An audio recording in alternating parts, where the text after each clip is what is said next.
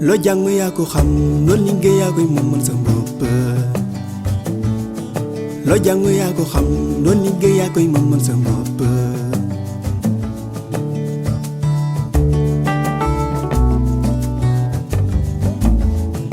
tey loo jàngoon nan ko xamee man lu ma liggéey man ko jàngoon naa ko xam naa ko gën mën naa ko gën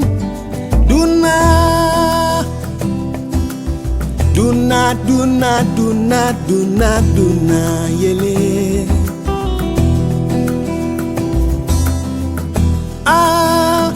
loo liggéey yaa ko xamoo fa xel ba man ko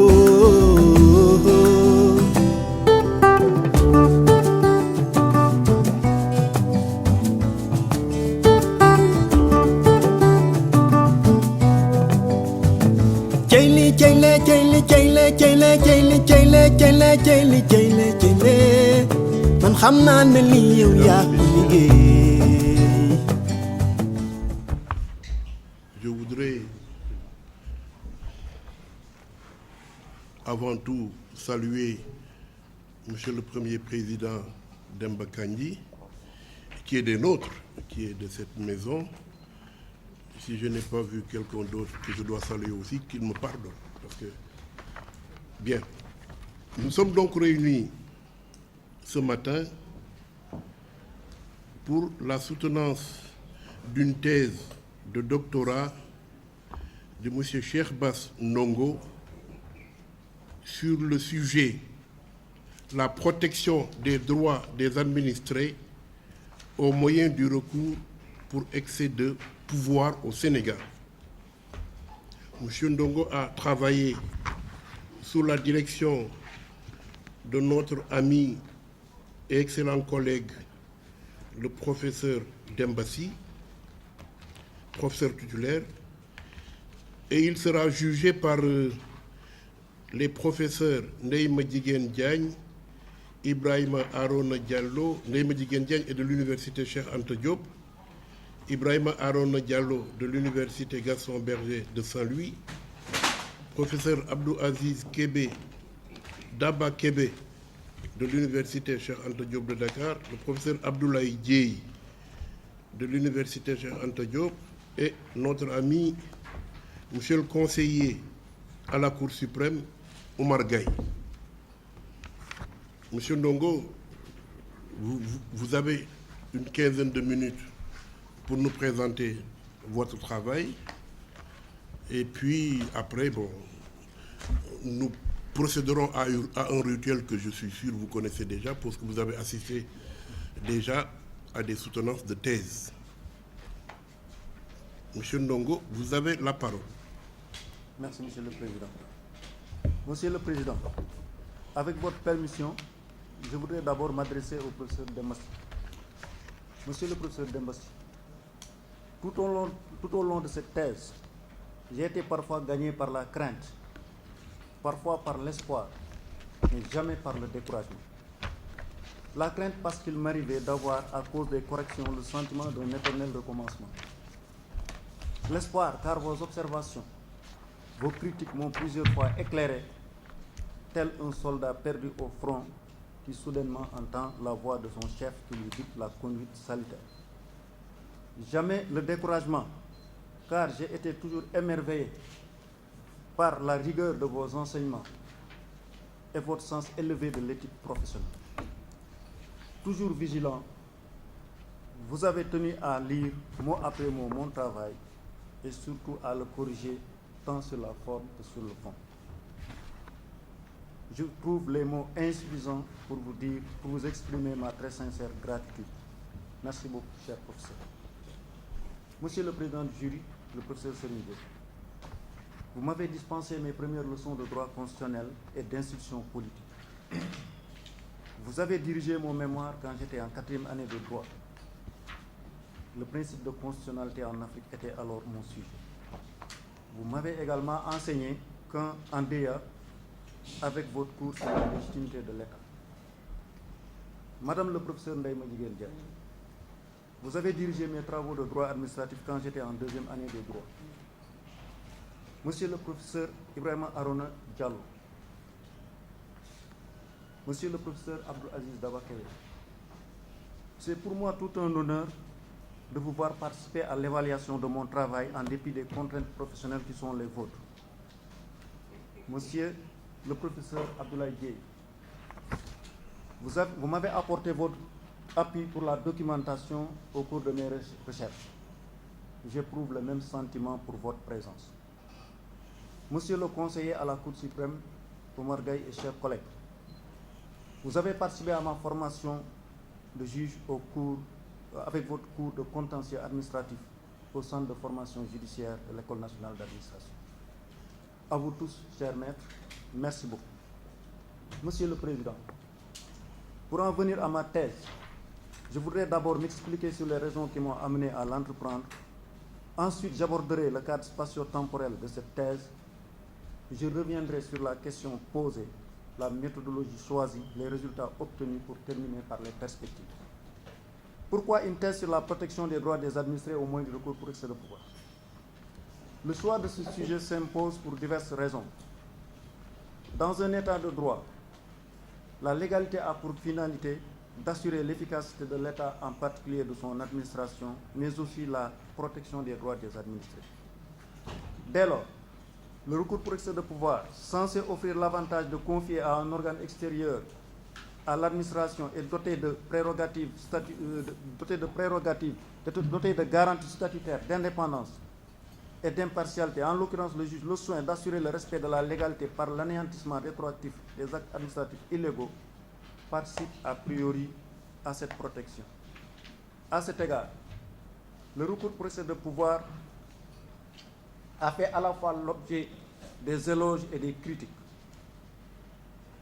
Le lien entre la protection des droits des administrés et ce recours n'est donc pas toujours évident. Cette situation justifie un renouvellement de la réflexion portant sur la protection des droits des administrés au moyen du recours pour excès de pouvoir. Il s'y ajoute que le rôle ainsi dévolu au juge n'est pas toujours aisé. En effet, le juge doit concilier la nécessaire protection des droits des administrés avec l'efficacité de l'administration, mais aussi avec d'autres impératifs. Un équilibre est donc à trouver entre les différentes exigences sociales et cet équilibre souvent précaire est susceptible d'évoluer au gré des circonstances. C'est dire que pour une matière qui évolue sans cesse, un état des lieux, un bilan s'impose. Voilà donc une autre raison du choix du sujet. Qu'en est-il du cadre spatio-temporel? Ce travail est limité au Sénégal et à la période de 1992 à 2012. Pourquoi la protection des droits des administrés au moyen du recours pour excès de pouvoir? En dépit des similitudes avec le modèle français, le recours pour excès de pouvoir dans sa version sénégalaise présente une certaine spécificité liée essentiellement aux réalités politiques et économiques du Sénégal. Cette spécificité justifie principalement le choix de ce pays pour ce travail. Pourquoi la séquence temporelle limitée à la période de 1993 à 2012? Pour s'en tenir au plan théorique, plusieurs raisons militent pour le choix de cette période. Si les recherches ont permis de mettre en lumière les problèmes posés par la protection des droits des administrés en relation avec le recours pour excès de pouvoir, les conclusions qui en sont tirées sont loin d'être définitives. De plus, ces conclusions portent essentiellement sur la période allant de l'indépendance à la réforme judiciaire de l'année 1992, c'est-à-dire au remplacement de la première Cour suprême par le Conseil d'État, la Cour de cassation et le Conseil constitutionnel. En dehors de quelques études portant généralement sur un point précis, la nouvelle Cour suprême n'a pas sur un point précis, la période allant de l'avènement du Conseil d'État à celui de son héritière, la nouvelle Cour suprême n'a pas été abordée. Cette thèse tente de combler cette lacune. Enfin, les décisions rendues par le juge de l'excès de pouvoir pour la période de 2013 à 2019 ont été passées en revue pour tenir compte de l'évolution de la matière. C'est ainsi que 448 arrêts et 34 ordonnances ont été recensées à la date du 11 novembre 2019, c'est-à-dire lundi passé. Mais dans l'ensemble, les décisions rendues, ces décisions ne remettent pas en cause les tendances observées pour la période de 1992 à 2012. Le cadre spatio-temporel ainsi fixé, qu'en est-il de la question posée? La question posée est la suivante. Dans quelle mesure la protection des droits des administrés est-elle assurée au moyen du recours pour excès de pouvoir? Quelles précautions méthodologiques ont-elles été prises pour répondre à cette question? Le droit administratif sénégalais, en général, et le recours pour excès de pouvoir en particulier, ont été abordés en eux-mêmes. Des incursions sociologiques ont été effectuées pour éclairer la dimension juridique de la protection des droits des administrés au moyen du recours. Des références au droit administratif africain, au droit administratif français, ainsi qu'au droit administratif de certains pays d'Afrique ont été prises en compte dans une perspective comparative pour montrer les mérites et les limites des solutions sénégalaises, mais l'accent a été mis sur les décisions jurisprudentielles. En somme, sans exclure le recours à la sociologie, la méthode a consisté à étudier la protection des droits des administrés au moyen du recours pour excès de pouvoir en partant du droit administratif sénégalais comparé sur certains points au droit administratif français ainsi qu'au droit administratif de certains pays d'Afrique francophone. Quels sont les résultats obtenus? Malgré les difficultés liées essentiellement à la documentation, le recensement et l'analyse de 611 décisions du Conseil d'État et de la nouvelle Cour suprême, y compris certaines décisions rendues durant la période de 2013 à 2019, ont permis de dégager la thèse suivante. La protection des droits des administrés au moyen du recours pour excès de pouvoir est doublement limitée. Pour étayer cette thèse, il a fallu repérer les droits des administrés en cause au niveau de l'accès au juge de l'excès de pouvoir d'une part et d'autre part au niveau de l'objet du recours. Il en résulte ainsi que pour l'accès, les administrés bénéficient d'un droit à l'accès. Ce droit à l'accès doit non seulement être garanti, mais aussi facilité. Cependant, dans l'exercice de ce droit, les administrés se heurtent à deux séries d'obstacles. La première série d'obstacles à l'accès est liée à la délimitation du contentieux de l'excès de pouvoir. Cette délimitation suppose que le juge de l'excès de pouvoir prenne parti sur les règles concernant la compétence matérielle des juridictions, singulièrement sur celle relative à sa compétence matérielle et sur la notion d'acte susceptible de recours pour excès de pouvoir. S'agissant des règles concernant la compétence matérielle des juridictions, le juge de l'excès de pouvoir applique parfois l'exception de recours parallèle. Il en est ainsi lorsque le requérant dispose d'un autre recours juridictionnel pour faire valoir ses droits. Il s'agit là d'une conception large de l'exception de recours parallèle qui écarte de nombreux actes du contrôle du juge de l'excès de pouvoir et qui réduit par conséquent la protection accordée aux droits des administrés. Le juge de l'excès de pouvoir applique parfois aussi les règles relatives à la compétence matérielle des juridictions.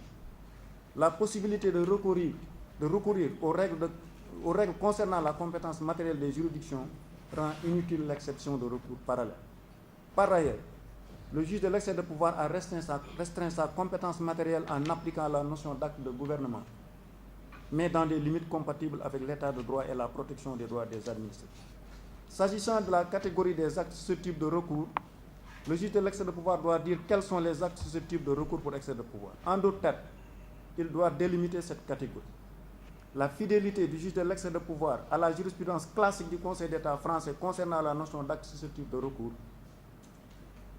a également pour conséquence d'écarter de nombreux actes de son contrôle et de limiter la protection qu'il accorde aux droits des administrés.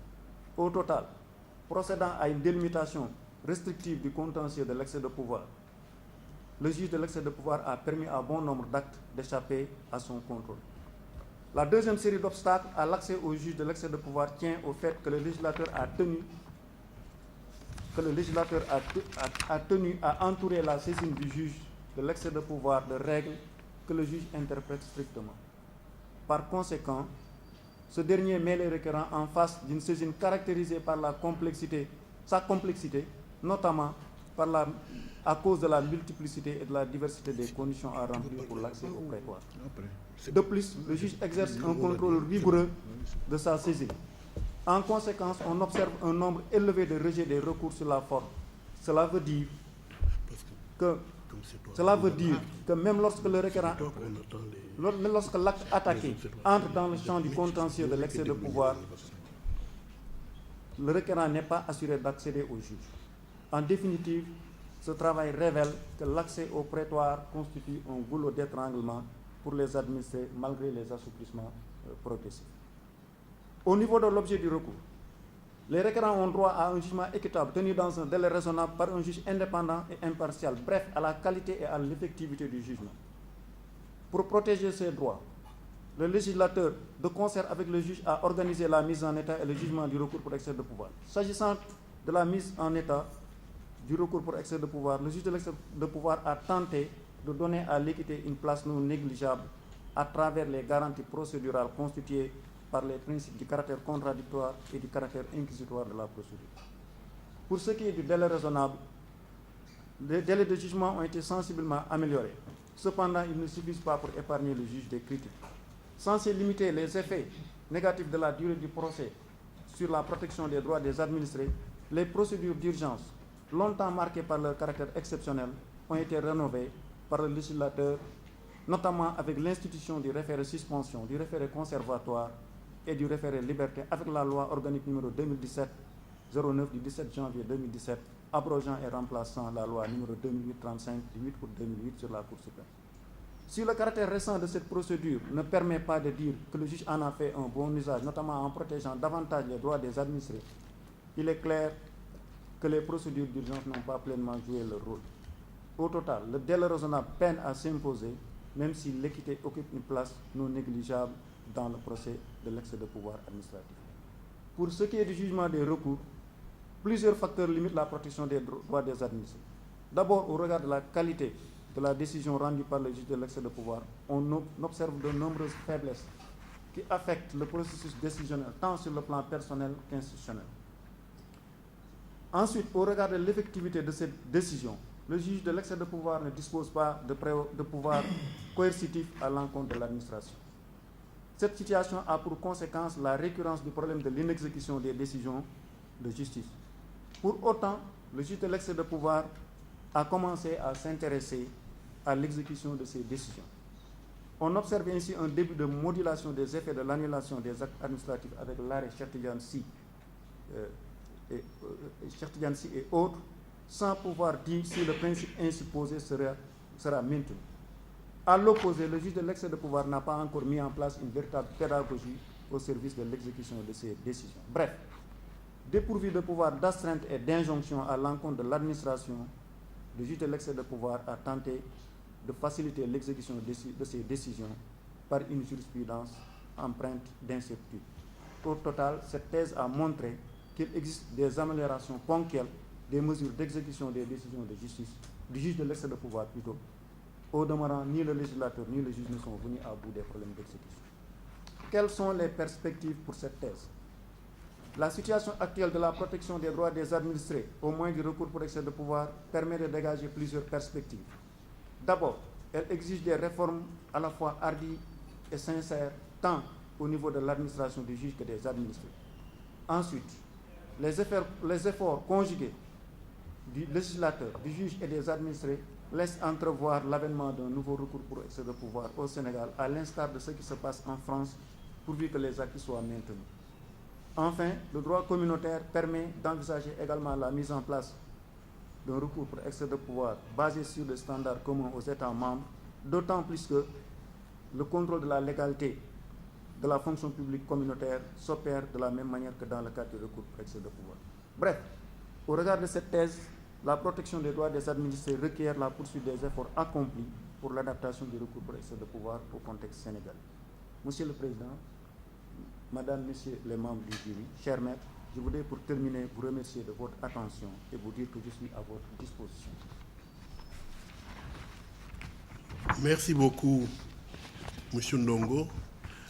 Je n'avais pas précisé au début, mais je sais que tous ceux qui sont dans la salle le savent, qu'une soutenance de thèse est un moment très solennel, donc aucune manifestation de quelque nature que ce soit n'est permise jusqu'à la fin, jusqu'à ce que l'on délivre le candidat. Je crois que dans les salles d'audience aussi, on dit pratiquement la même chose. Vous voyez bien que... Bien. Merci donc, Monsieur Ndongo. Et le jury, les membres du jury vont donc commencer à vous examiner, comme on dit. Et nous allons commencer par Madame le professeur Ndeye Madjiguène Diagne. Ah non, excusez-moi. C'est d'abord le directeur de thèse qui va... C'est ça. Merci beaucoup, Monsieur le Président. J'espère que ce n'est pas parce que tu es un Ndiobène que tu penses déjà au hommage que tu as oublié. C'est toi qui parles de moi. Je pense que tu veux nous rappeler que tu n'as pas pris ton petit déjeuner et qu'il ne faut pas que nous traînions très longtemps avec la soutenance pour que tu puisses manger rapidement à midi. En tout cas, je ne me suis pas encore trompé. Voilà, merci beaucoup, Monsieur le Président. C'est avec un grand plaisir que j'ai encadré cette thèse que soutient aujourd'hui M. Ndongo. Avec un grand plaisir, je reviendrai tout à l'heure. Mais je voudrais rapidement dire que maintenant, les directeurs de thèse sont à la marge du jury, n'est-ce pas, ne peuvent pas défendre le candidat. Il appartiendra donc au candidat de se défendre tout seul. Et tout à l'heure, bien sûr, vous serez en face des membres du jury qui vous feront leurs observations et c'est à vous de vous défendre. J'espère que vous vous défendrez pour que je puisse sortir fier de cette soutenance. Mais je voudrais juste dire trois choses. La première, c'est de remercier tous ceux qui sont là parce qu'en cadre universitaire, c'est une tradition. N'est-ce pas? Ensuite, parler du candidat et dire deux mots, non pas sur la thèse elle-même, parce que je ne peux plus rien dire sur la thèse, mais sur l'environnement général. Alors, d'abord, première chose, remercier le professeur Serigne Diop qui a accepté spontanément de présider ce jury et je l'ai choisi parce que d'abord, c'est un des maîtres du droit public dans ce pays et ensuite parce que c'est un ami personnel. Nous avons partagé beaucoup de choses et je le considère comme mon jumeau. Nous avons fait nos études ici ensemble à l'Amphi 3, n'est-ce pas, première, deuxième année et dans les petits amphis pour la suite et nous avons suivi le même cursus droit public, nous sommes sortis ensemble et nous avons également ensemble entamé nos études de DEA. À l'époque, c'était différent, très différent, mais on a fait nos études ici. Comme d'ailleurs, la plupart de ceux qui sont là ont fait leurs études à Dakar et je crois que c'est important à souligner. Je voudrais vraiment, pour ne pas allonger, le remercier d'avoir accepté spontanément de présider ce jury. Je voudrais également remercier Mme Ndeye Madjiguène Diagne, qui est ma collègue et amie et un complice en droit administratif, n'est-ce pas, pour le travail qui a été fait en droit administratif depuis une vingtaine d'années, mais également pour sa rigueur et son souci, n'est-ce pas, du détail. Vous en rendrez compte certainement tout à l'heure. Chers collègues, je voudrais vous remercier d'avoir accepté de participer à ce jury de soutenance. Je voudrais également remercier le professeur Abdoulaye Dieye, avec qui, qui a commencé ses études de droit, un peu sous ma direction, et qui a travaillé avec moi comme membre de l'équipe pédagogique de droit administratif, et qui actuellement fait le cours de droit administratif en deuxième année. Donc, il est incontournable pour une thèse qui porte sur la jurisprudence administrative et particulièrement la protection des droits des administrés au moyen du recours pour excès de pouvoir. Je voudrais également remercier notre collègue Ibrahima Diallo qui vient de Saint-Louis, qui est aussi un de nos étudiants, qui a donc connu pour son abnégation et son sérieux dans le travail. Et je voudrais le remercier d'avoir accepté de participer à ce jury.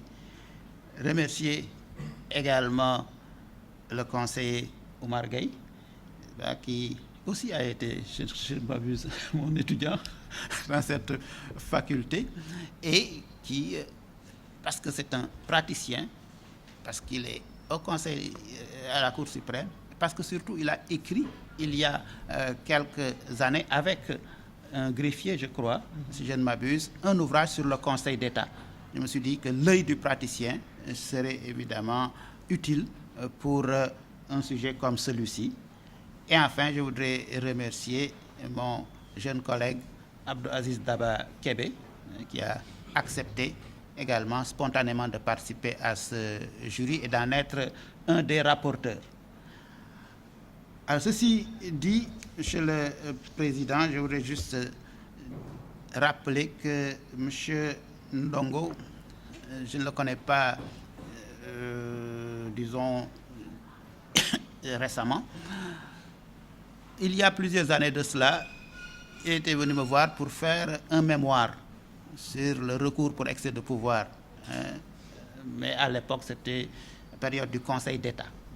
Il avait fait ce mémoire que j'avais encadré et qu'il a pu soutenir, un mémoire de DEA.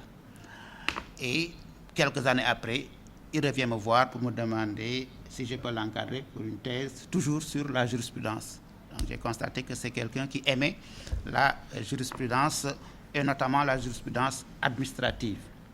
Et je l'ai encouragé parce que les recherches en matière de jurisprudence administrative ne sont pas très nombreuses, même s'il y a beaucoup d'écrits sur la question.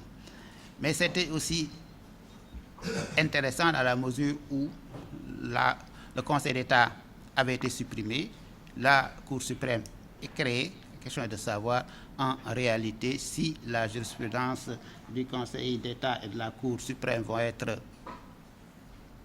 appréciées sous l'angle de la continuité ou pas, et j'ai donc accepté de le soutenir. Et pendant toute la période où nous avons travaillé ensemble, Ndongo est resté, disons, très sérieux dans le travail, beaucoup d'abnégation et beaucoup de rigueur. Et surtout, ce qui m'a plu, c'est que chaque fois que je lui fais des observations, quelles que soient les observations, parce qu'il m'arrive d'être dur dans les observations, il garde son calme et il retourne, fait des corrections et revient. Et j'ai gardé également une grande politesse et une grande courtoisie en ce qui le concerne. Ce sont là ces qualités humaines que j'ai pu constater et qualité de travail également, d'amour de la recherche qu'il a eu à démontrer pendant tout ce temps. Mais, M. Ndongo, vous le savez, la thèse est une œuvre de jeunesse et la thèse, évidemment, est toujours une œuvre perfectible et tout à l'heure, certainement, mes collègues et amis pourront y revenir. Alors, Monsieur le Président, je voudrais juste dire deux mots sur l'environnement un peu de cette thèse. Lui-même, il commence son travail en citant Gaston Gèze. Gaston Gèze qui disait dans les années 1920, le recours pour excès de pouvoir est la plus merveilleuse création des juristes. C'est l'arme la plus efficace, la plus pratique, la plus économique qui existe au monde pour protéger les libertés. Et c'était là, bien sûr, une bonne introduction au sujet qu'il a eu à traiter. Mais cela voulait dire qu'à un moment donné, le droit administratif était au cœur de la protection des libertés. Mais il se trouve que, chemin faisant, avec l'évolution, le droit administratif est de plus en plus relégué, disons, à la marge du savoir juridique, notamment en droit public, concurrencé qu'il est par le droit constitutionnel, qui de plus en plus s'occupe avec les droits fondamentaux, les libertés fondamentales, la protection des libertés, mais aussi par le droit communautaire, où de plus en plus il y a un volet protection des droits de l'homme, notamment avec la Cour de justice de la CEDEAO. Mais concurrencé également par le droit privé, puisqu'une bonne partie, n'est-ce pas, de la protection des droits et libertés est réalisée par le juge de droit privé. Mais plus globalement, au-delà de la protection des libertés, c'est le droit administratif lui-même qui était en cause et il fallait réhabiliter le droit administratif. Et mon rôle, c'est d'essayer de faire en sorte que ce droit administratif soit remis au centre des études juridiques, puisque ce droit administratif, c'est un droit vivant, c'est un droit situé. Et si vous regardez bien tous les actes que nous faisons dans la vie au plan civil, social, se retrouvent d'une manière ou d'une autre dans le droit administratif. Vous pouvez regarder, vous vous rendrez compte que d'une manière ou d'une autre, ça revient au droit administratif. Et il n'est donc pas question que ce droit administratif-là soit mis au rebut. Il faut faire en sorte que ce droit administratif soit revalorisé, notamment dans notre pays et dans les pays d'Afrique. Et enfin, Monsieur le Président, cette thèse rend aussi hommage, n'est-ce pas, à un certain nombre de grands maîtres qui sont passés ici. Jean-Claude Gautron, Jean-Marie Bockel, qui a été un de nos professeurs, n'est-ce pas? Il y a eu Breton, mais qui n'a pas vraiment fait Dakar. Voilà. Ensuite, il y a eu Charles Lapère, il y a eu Marc Deben, il y a eu Jacques-Mariel Zouanke, Babacar Kanté, n'est-ce pas, qui sont les grands précurseurs. Et il y a des continuateurs, n'est-ce pas, comme Aline Badara Fall, professeur Ndeye Madjiguène Diagne, qui ont travaillé d'ailleurs tous les deux sur le contentieux. Et je crois que vous êtes en train, n'est-ce pas, de suivre cette voie et je voudrais vous y encourager. Mais Monsieur le Président, je n'ai là que pour bénir le candidat. Maintenant, il est à vous.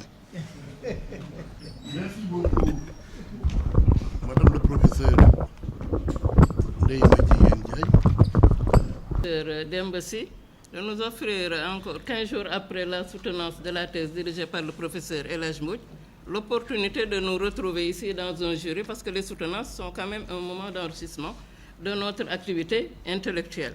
Je disais au professeur Serigne Diop il y a 2 semaines que je lui serai toujours reconnaissante parce qu'il a guidé mes pas dans la carrière universitaire. Mais au-delà de ça, dès la première année de droit, j'ai commencé à fréquenter sa famille parce que j'étais dans les mêmes amphis avec son épouse. Nous sommes de la même promotion.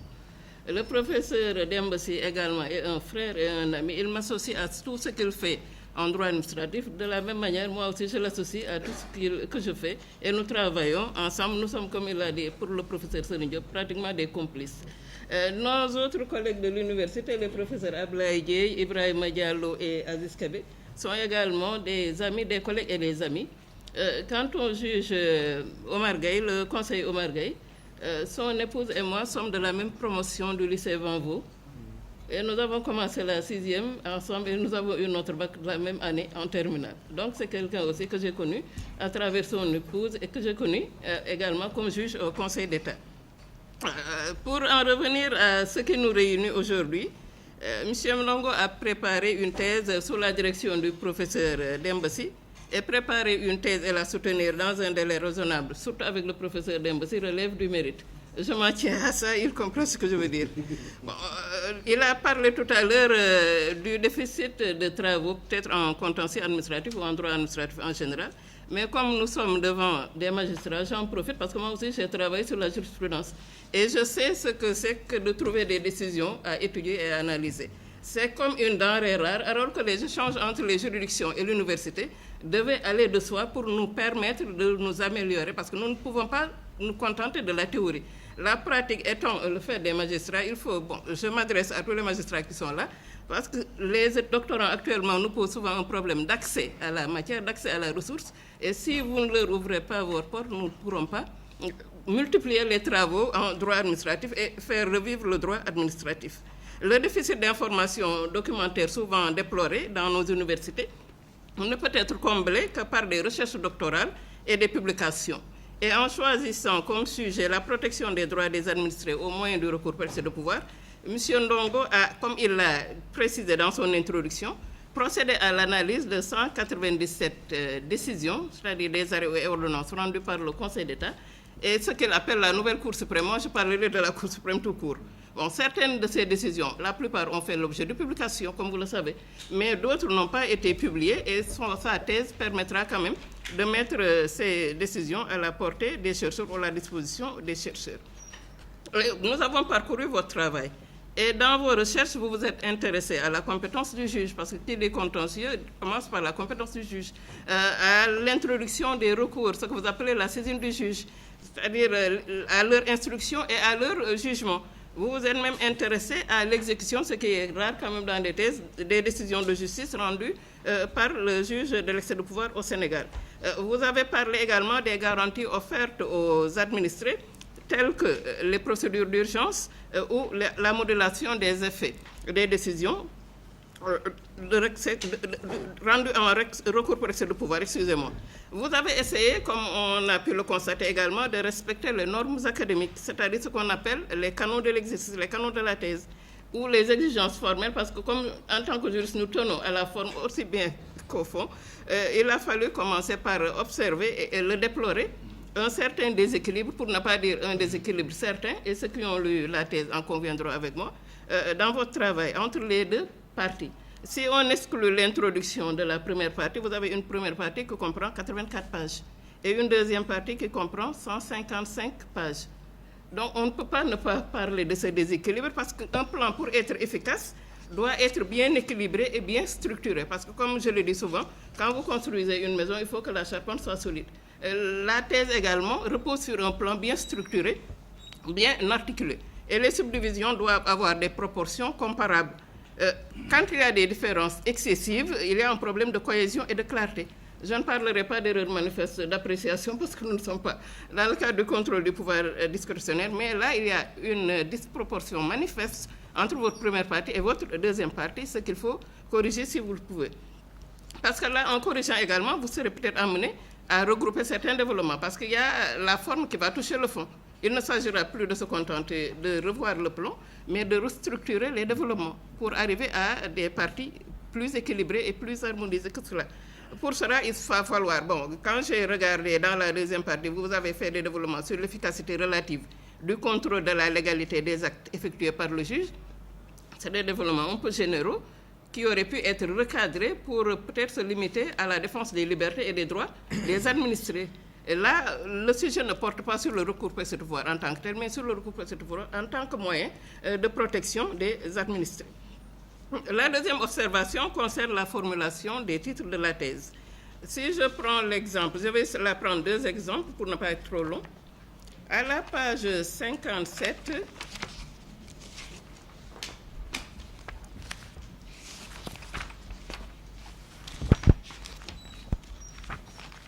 le titre 2 est intitulé « La complexité des conditions relatives à la saisine du juge ». Dans ce titre, vous avez deux chapitres. Un chapitre premier intitulé « Une interprétation stricte des conditions relatives à la saisine du juge », page 58, et un chapitre 2 intitulé, à la page 87, « Le contrôle rigoureux du respect des conditions relatives à la saisine du juge ». Le titre 2 étant intitulé « Complexité des conditions relatives », on s'attendait à ce que cette complexité soit démontrée à travers les deux chapitres. Mais en parlant de l'interprétation stricte des conditions relatives à la saisine et du contrôle rigoureux du respect des conditions, vous ne nous renseignez pas sur ce que peut être la complexité des conditions relatives à la saisine du juge. Les conditions relatives à la saisine sont fixées par des textes. C'est dans ces textes qu'on peut peut-être détecter la complexité et non par rapport au contrôle effectué par le juge. Donc il y a un décalage entre le titre du titre ou l'intitulé du titre 2 et les intitulés des deux chapitres qui composent ce titre. Et ça, il faut revoir ça. Il y a d'autres exemples, mais le second exemple que je prendrai concernant les titres de votre thèse, c'est le titre 2 de la deuxième partie. Dans ce titre, vous écrivez, page 109, le succès relatif des garanties procédurales accordées aux requérants lors de la mise en état et l'inadéquation des procédures d'urgence. Il faut éviter ce genre de titre long parce que vous avez supposé les deux idées. Premier chapitre, je crois que c'est bien ça, le succès relatif des garanties procédurales accordées aux requérants lors de la mise en état, et deuxième chapitre, l'inadéquation des procédures d'urgence.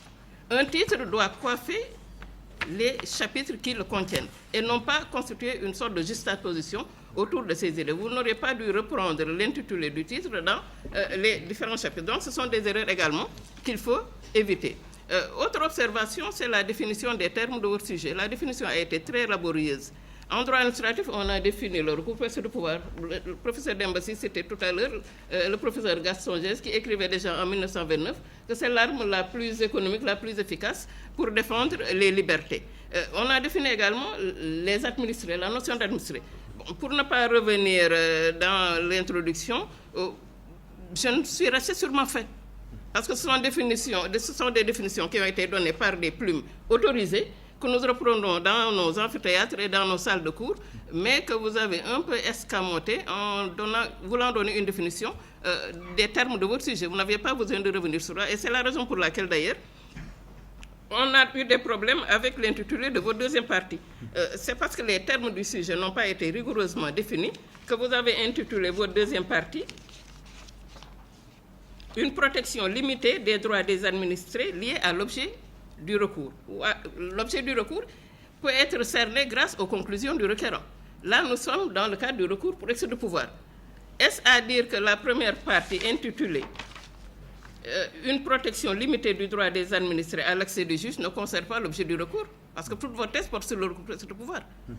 Il est vrai que les problèmes d'accès au juge ne concernent pas seulement le recours pour excès de pouvoir, mais la formulation des deux parties, parce que vous avez voulu reprendre le terme droit, une protection limitée du droit des administrés à l'accès au juge dans la première partie, une protection limitée des droits des administrés.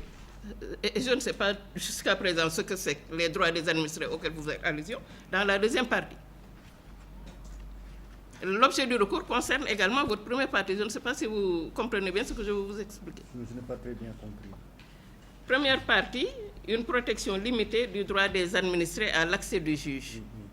Deuxième partie, une protection limitée des droits des administrés à l'objet du juge. Pour en revenir à ce que je disais tout à l'heure, la définition des droits que vous donnez dans votre introduction n'est pas rigoureuse, n'est pas satisfaisante.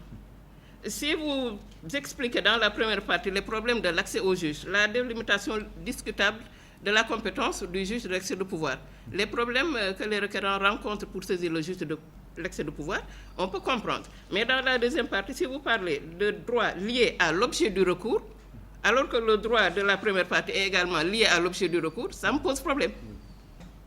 Parce que tout votre travail porte sur le recours pour excès de pouvoir. Ce n'est pas l'accès à n'importe quel juge dans la première partie. C'est l'accès au juge de l'excès de pouvoir. Donc cette notion de l'objet de recours-là est à revoir parce que le travail porte essentiellement sur le recours pour excès de pouvoir, dont l'objet est identifié grâce aux conclusions du requérant. Est-ce que vous comprenez maintenant? Oui. Donc il faut revoir cette subdivision. Pour revenir à la notion de droit et liberté, le professeur Dembassi en a parlé tout à l'heure. J'aime citer le professeur Jacqueline Moron-Devilliers qui écrivait que le recours par excès de pouvoir est un moyen de protection efficace du citoyen contre l'administration, des libertés contre l'autorité et du droit contre l'arbitraire.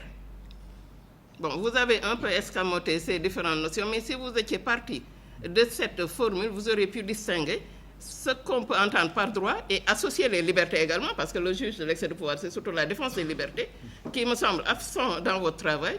Et peut-être nous donner un travail plus concret, au lieu de nous présenter un travail qui ressemble un peu à une évaluation du recours pour excès de pouvoir actuellement au Sénégal. Donc c'était ça les observations générales que je voulais faire.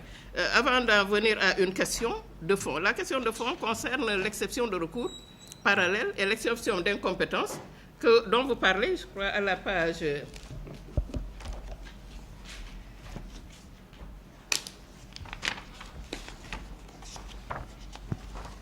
Ah, c'est la page 40. Voilà, là où vous dites, fin premier paragraphe, il serait, page 34, excusez-moi, il serait plus sûr d'inviter le législateur à intervenir pour préciser et consolider cette jurisprudence pour donner plus d'efficacité à l'exception d'incompétence en obligeant le juge à recourir aux règles de la compétence matérielle des juridictions, en l'obligeant également, etc., à désigner la juridiction compétente au cas où il se déclarerait incompétent. Dans votre travail, vous n'avez cité que 5 décisions relatives à la théorie du recours parallèle. Je crois qu'il faut qu'on fasse attention à l'expression exception de recours parallèle, parce que l'exception de recours parallèle, c'est une fin de non-recevoir soulevée par le défendeur. C'est l'absence de recours parallèle qui conditionne la recevabilité du recours lorsque le requérant a la possibilité d'obtenir le même résultat en s'adressant à un autre juge. On utilise abusivement l'expression exception, et comme vous le savez, en tant que la plupart d'entre vous privatistes, l'exception, c'est ici considéré comme une fin de non-recevoir. Quand vous parlez d'exception d'incompétence également, je sais que c'est un terme que vous ne trouverez pas dans les lexiques de droit administratif parce que le juge administratif ne l'utilise pas. Peut-être l'incompétence matérielle ou l'incompétence d'attribution. Et l'exception d'incompétence fait partie des exceptions de procédure que vous connaissez bien en tant que civiliste. Là également, il faut faire attention à l'utilisation de ces expressions parce que le Conseil d'État français a eu à l'utiliser en 2004, mais c'était à propos d'une action en responsabilité. Et le ministre de l'Agriculture avait opposer soulever une fin de non-recevoir en demandant au Conseil d'État de se dessaisir plutôt parce que ce sont les juridictions européennes qui devaient être compétentes parce qu'il s'agissait, je crois, de la lutte contre les maladies animales qui étaient apparues il y a quelques années, la fièvre afteuse.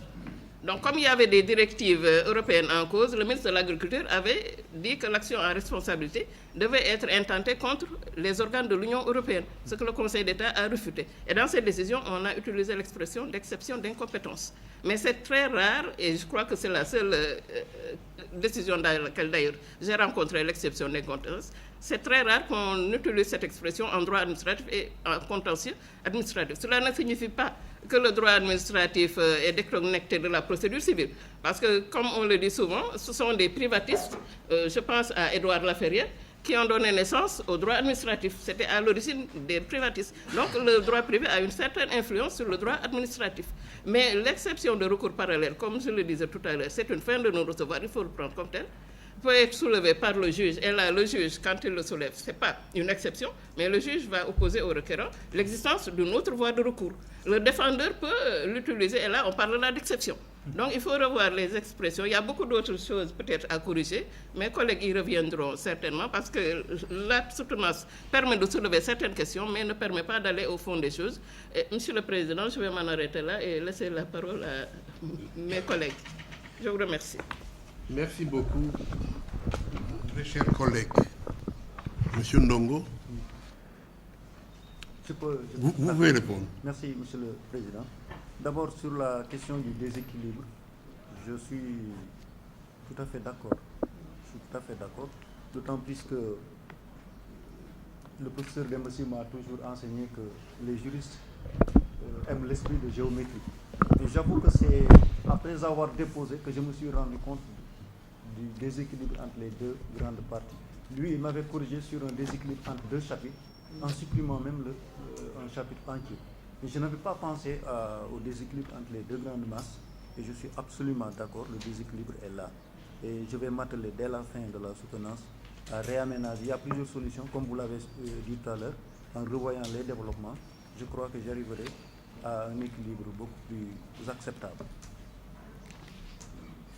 Pour la question, les définitions, je voulais éviter en réalité de tomber dans l'erreur que vous venez de soulever. Et c'est pour ça que je m'étais référé au professeur Jean Rivero et j'ai dû consulter Gérard Cornu également sur la question sur les notions de protection et de droit. Mais j'avais des problèmes parce que en relisant le vocabulaire, finalement, je ne pouvais retenir aucune définition. C'était extrêmement long. Tantôt on parlait de prérogatives, tantôt on parlait de droit objectif, droit subjectif. Finalement, je me suis dit qu'il fallait extraire la substance pour en arriver à une définition exacte. Mais bon, je vais tenir compte des observations que vous venez de décliner. Pour les titres, là aussi, je le reconnais, il y a des titres qui sont bien descriptifs. Je n'ai pas d'autre chose à dire, je vais m'employer à les corriger. Sur la distinction entre l'exception de recours par l'exception de l'incompétence, je suis également d'accord. Je n'ai pas bien saisi la nuance.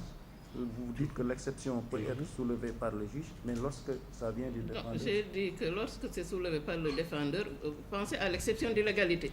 On vous dit que les juridictions, cour d'appel et tribunal de grande instance, au cours des instances, la possibilité d'apprécier la validité des actes administratifs. Ça, soulevé par le défendeur. Il y a une autre forme d'exception d'illégalité dont on parle devant la Cour suprême. Lorsque, par exemple, un acte réglementaire est considéré comme illégal mais n'a pas fait l'objet d'un recours dans les délais, un acte d'application peut faire l'objet d'un recours pour de pouvoir sur la base de l'illégalité de l'acte réglementaire. C'est une autre forme d'exception. Mais l'exception, quand on en parle, c'est une fin de non-recevoir soulevée par le défendeur. Quand c'est le juge, vous avez la définition en procédure civile de l'exception d'incompétence. Quand le juge est incompétent, il oppose au défendeur son incompétence. Mais quand c'est la partie défenderesse qui soulève l'incompétence, ça devient une exception. Absolument. Là, il n'y a pas d'originalité pour le droit administratif par rapport au droit privé. Donc, je disais que quand on parle d'exception de recours parallèle, vous employez ça dans les ouvrages ou n'importe où. Par abus de langage, on en parle, mais ce n'est pas l'exception de recours parallèle qui constitue une condition de recevabilité du recours. C'est l'absence de recours parallèle. C'est ça. Tout dépend. Vous vous placez du côté du juge ou du côté du requérant. Tout à fait. Absolument. Ça va? Oui, d'accord. Très bien.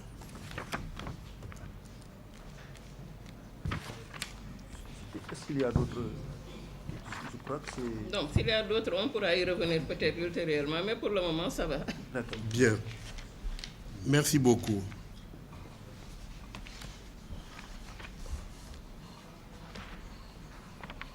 Je vais maintenant donner la parole au professeur Ibrahima Arona Diallo. Merci, Monsieur le Président. C'est un honneur d'être à côté de vous, cher maître. Et vous ne pouvez pas imaginer la joie qui m'anime ce matin en étant à vos côtés.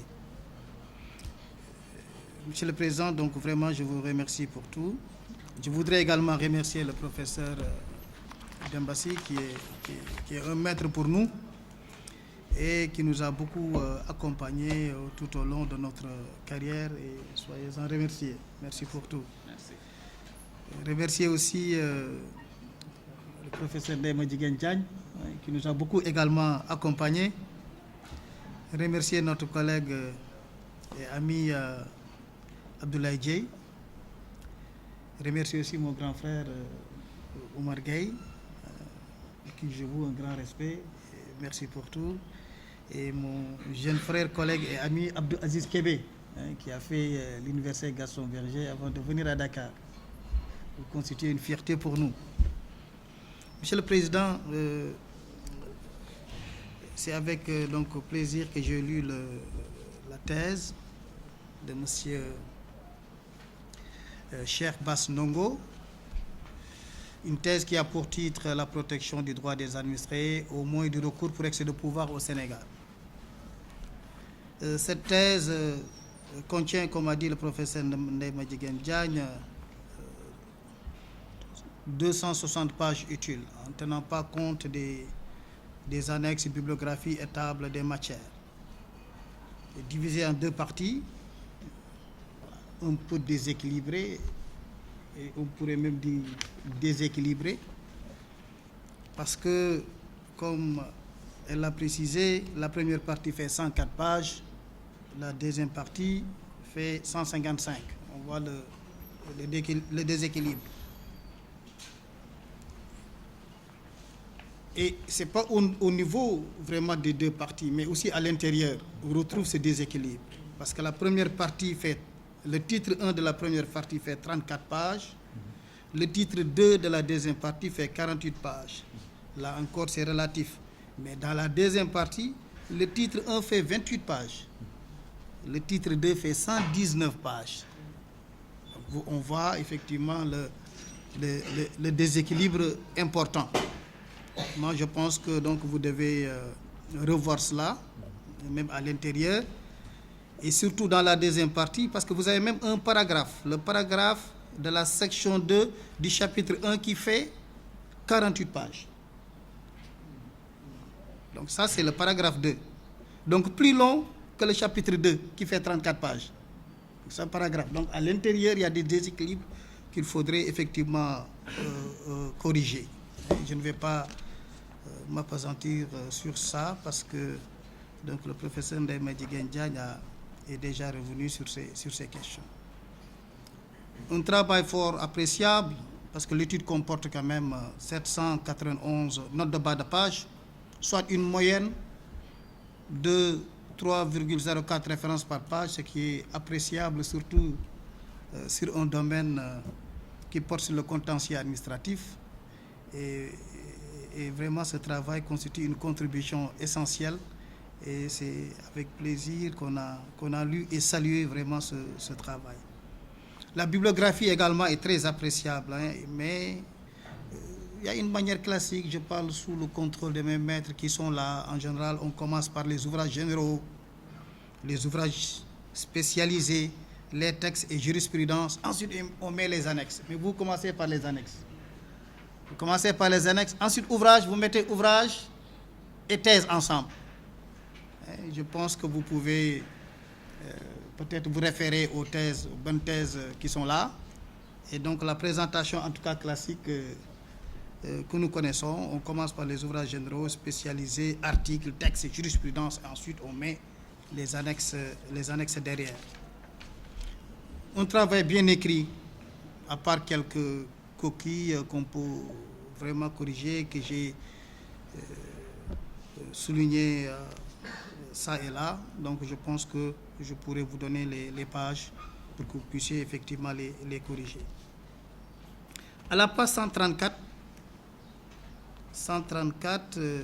le B n'est pas présenté. Vous annoncez un, page 134. 134, vous annoncez un A, mais on ne voit pas le B. Le B saute. A, vous mettez refus de l'octroi du sursis en cause de l'évocation du fonds. 134. Mais le B n'est pas là. J'ai vraiment vérifié pour être sûr de ce que j'avance, mais le B est introuvable. Il va falloir aussi soit vous supprimez la A carrément, soit donc vous mettez le B.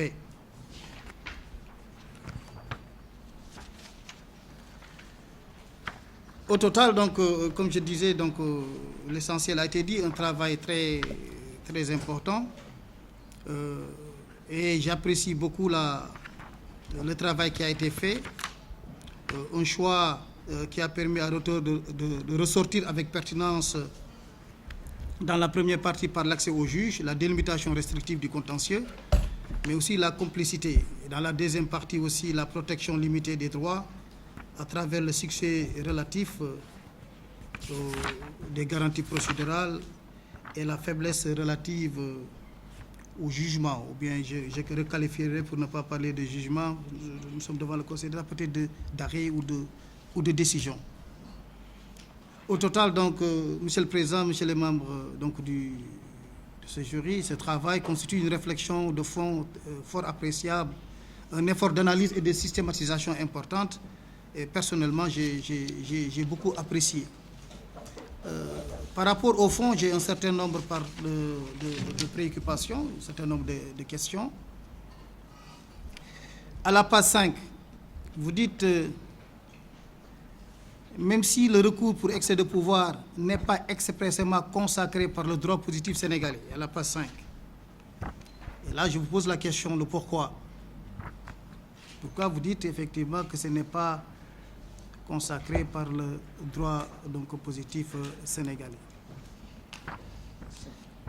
À la page 6, bon, c'est tout juste une nuance. Quand vous dites distinction, j'ai l'impression que vous ne faites pas de distinction entre l'annulation et le retrait. Ça, c'est à la page 6, quand vous dites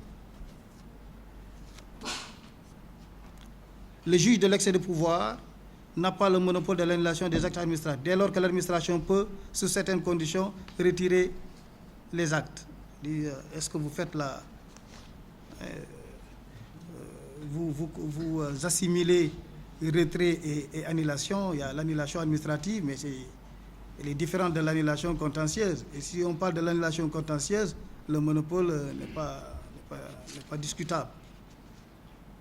Ensuite, une question, page 31, vous dites « L'exception est-elle morte après sa réapparition ?»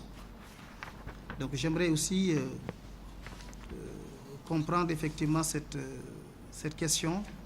Peut-être que je n'ai pas la bonne compréhension de cette question. l'exception est-elle morte après sa réapparition?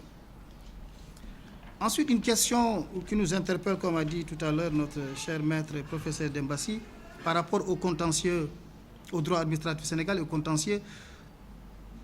Vous qui êtes acteur du système et sur un sujet aussi intéressant, et la question est de savoir, ce modèle de justice administrative que nous avons au Sénégal est-il pertinent au regard des conclusions que vous avez dégagées?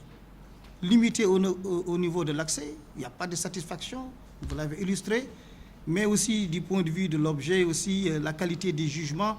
Vous avez dégagé un certain nombre de tendances donc, qui me font, en tant que aussi acteur intéressé universitaire à l'avenir de la justice administrative, du droit administratif. Donc je vous pose la question, ce modèle de justice administrative est-il pertinent? Autrement dit, si ce modèle n'est pas pertinent, faudrait-il peut-être revenir au... C'est une question, hein? Vraiment, j'aimerais que vous donniez votre position sur la question au Conseil d'État. Ou bien quel modèle pour le Sénégal, pour qu'on puisse avoir une justice et replacer donc, le droit administratif au cours du système des contentieux. Voilà donc, Monsieur le Président, un certain nombre de préoccupations que je voulais partager. Merci beaucoup. Merci beaucoup, cher collègue professeur Diallo. Monsieur Ndongo. Merci, Monsieur le Président. Sur le déséquilibre, je l'ai dit tout à l'heure en répondant au professeur à Madame Diagne, il est là, le déséquilibre est là. Tout au moins, je peux tenter une petite explication. C'est un peu lié également à la méthodologie que nous avions choisie. Au départ, moi, j'avais l'intention de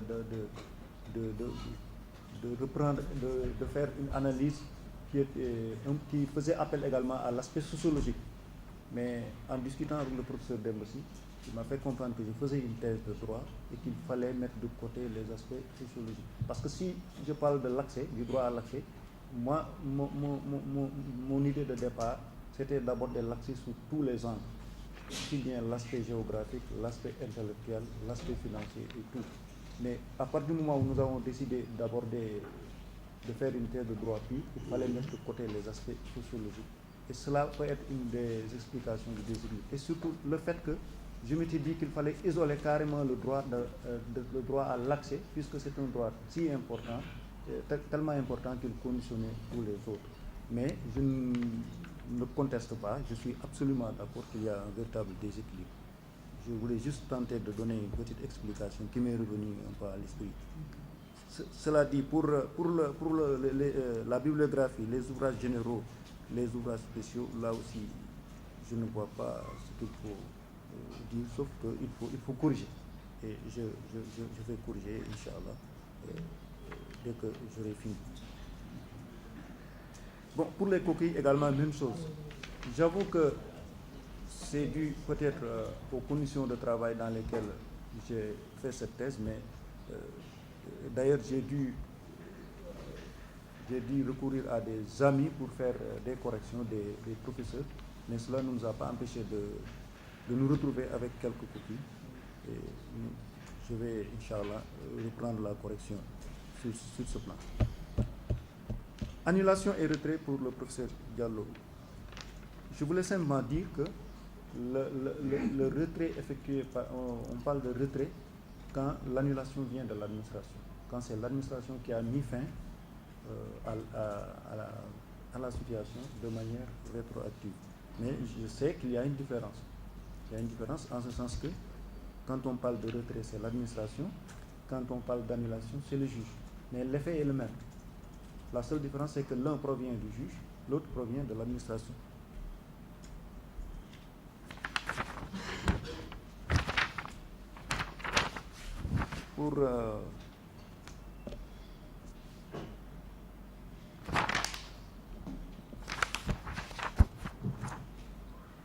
Pour les erreurs, vous avez parlé tout à l'heure, monsieur le professeur Diallo, du paragraphe qui manque. En fait, c'est une erreur. C'est un paragraphe 2. au lieu de A. C'est le paragraphe 2, parce qu'il y a le paragraphe 1, suivi du paragraphe 2 et non de A. C'est à la page 5, je crois. Vous avez également parlé du droit qui n'est pas expressément consacré. Je n'ai pas bien suivi. Je ne sais pas si vous permettez de m'éclairer un peu sur le... Vous avez dit que j'ai dit que le recours n'est pas expressément prévu par le droit sénégalais. Je n'ai pas bien suivi parce que je cherchais la page. C'est la question tirée de la page 5. De la page 5.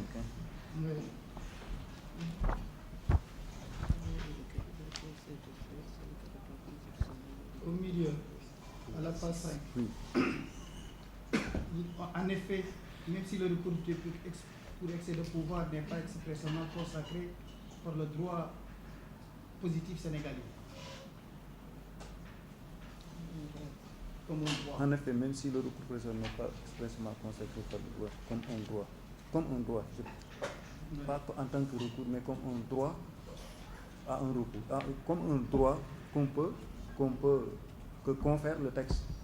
C'est ça que je veux dire. En tant que droit, en tant que prérogative accordée à une partie. Mais non, l'existence même du recours ne fait l'objet d'aucun doute, c'est prévu par la Constitution.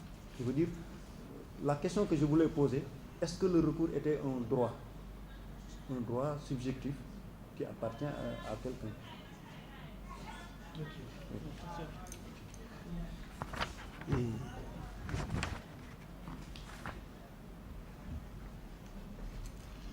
Le paragraphe A, c'est à la page 134, c'est une erreur, c'est paragraphe 2 et non A.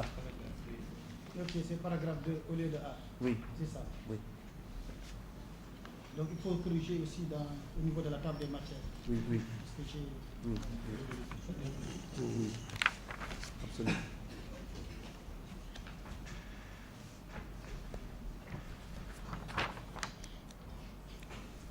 Monsieur le professeur, c'est bon? Oui, sur le modèle de justice administrative. Ah oui, d'accord. Là, personnellement, j'estime qu'il faut, à mon avis, il faut, même si ça coûte cher, il faut une justice administrative. Moi, je suis pour une justice administrative. Je sais que le problème, c'est la question des moyens. Parce que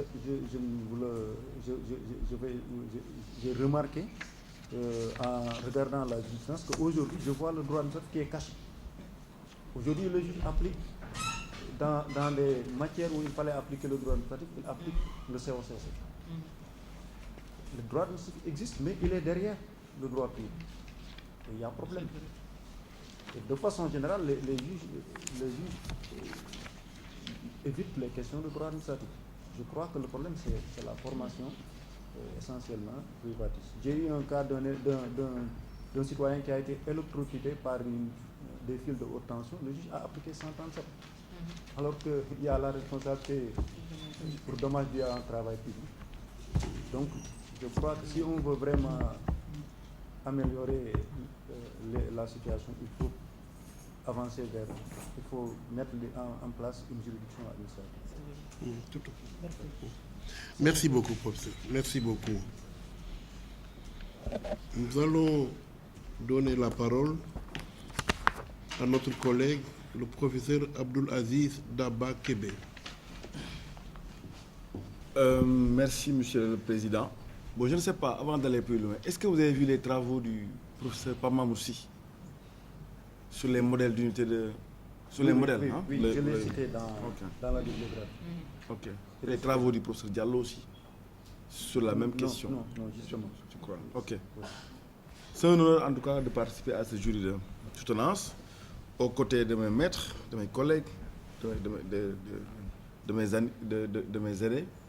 D'abord le professeur Dembessi, que de générations formées professeurs, notamment les étudiants, mais surtout les collègues dans le cadre de la préparation du concours d'agrégation. Je ne peux pas ne pas signaler, en ma qualité aussi de chef de département de droit public, le succès très net que nous avons eu, professeur, cette année lors du concours d'agrégation. Le Sénégal est major, le Sénégal est vice-major. Nous avons donc 3 agrégés en droit public cette année, ce qui est vraiment une réussite éclatante. Et même en droit privé aussi, en droit privé, nous avons deux agrégés. Trois agrégés, avec major, Madame Ndeye Sophie Diagne. Donc, professeur, nous savons tous votre apport à la formation des collègues. Je ne parle même pas des étudiants, des collègues. Nous tous, on a bénéficié de votre formation.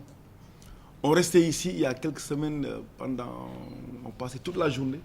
On restait ici jusqu'à minuit, quoi. Et c'est le professeur Dembossi qui nous retenait à former, à échanger, à faire des leçons. Et je crois que les résultats sont assez clairs. Professeur, je profite de l'occasion pour vous féliciter et renouveler toute ma gratitude et mon respect.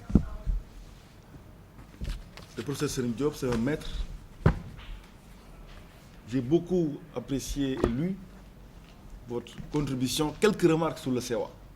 Moi, je crois que c'est une réflexion qui est restée actuelle. Aujourd'hui, la problématique des contrats administratifs, notamment aujourd'hui avec la communautarisation du droit. Aujourd'hui, je crois que si on devrait réécrire l'article, il y aura une dimension communautaire. Parce que la codification du droit des contrats administratifs est devenue une réalité depuis le DTIP de 2005. Donc, professeur, je profite aussi de l'occasion pour vous renouveler tout mon respect. Madame, moi je vais dire Madame la professeure Ndeye Madjiguène Diagne, vous avez fait une thèse de référence sur la question, une thèse qui nous a beaucoup inspiré quand on faisait, parce qu'au concours d'agrégation, j'ai composé aussi en droit administratif.